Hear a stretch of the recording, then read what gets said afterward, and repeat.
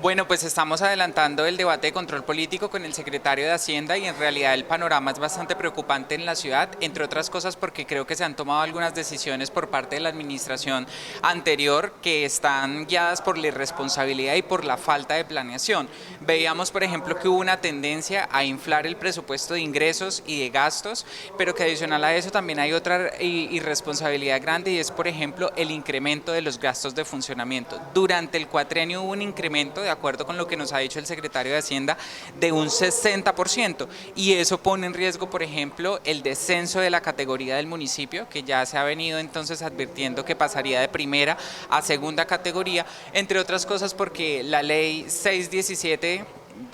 porque está la ley 617, que en este momento no recuerdo el año, entre otras cosas porque el municipio de primera categoría no puede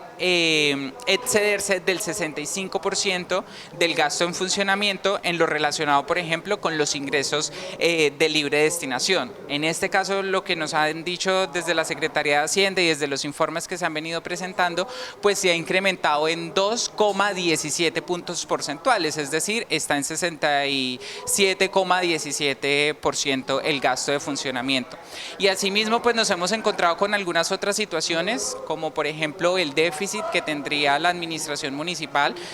con la que iniciaríamos en 89.000 millones de pesos, y algunas otras cuentas por pagar, por ejemplo, que ascienden a los 40.000 millones de pesos, que son una de las preocupaciones latentes, entre otras cosas porque también vulnera las garantías laborales de las personas que estuvieron vinculadas de diferentes maneras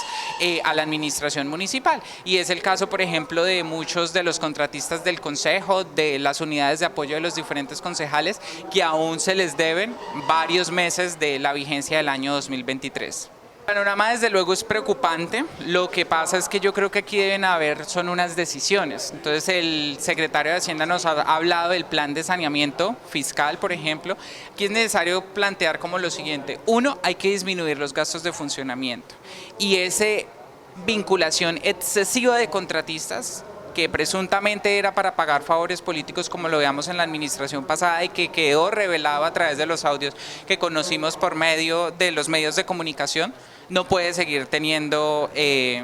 no puede seguirse presentando en el transcurso de esta administración. Y por otro lado, creo que es importante que en ese plan de saneamiento fiscal que podamos conocer por parte de la Secretaría de Hacienda, pues se discuta y hayan algunas acciones específicas, sobre todo orientadas a la planeación de la ejecución del presupuesto, y es no inflar, es decir, si hay un estimado de presupuesto, que ojalá esté relacionado con la capacidad de recaudo que tenga el municipio en determinada vigencia. Los responsables de esto, desde luego, es el alcalde, en cabeza del alcalde Gorky Muñoz Calderón, pero allí hay otros funcionarios que están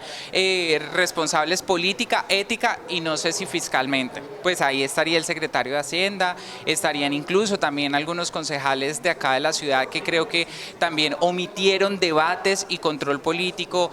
pues al manejo de los recursos públicos de la ciudad. La Contraloría, entre otras cosas, lo que también hemos visto es que hemos tenido un contralor bastante pasivo, no ha desarrollado una serie de seguimientos, sobre todo preventivos, sobre esta situación que se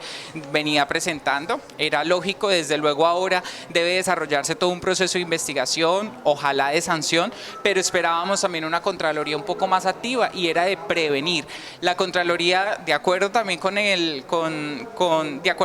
informe que nos ha presentado la Secretaría de Hacienda, la Contraloría le cuesta al municipio alrededor de 2.900 millones de pesos. Para que nos salgan con este tipo de resultados, entonces ahí también tenemos que cuestionar cuáles son las funciones y de qué manera las está cumpliendo el Contralor actual.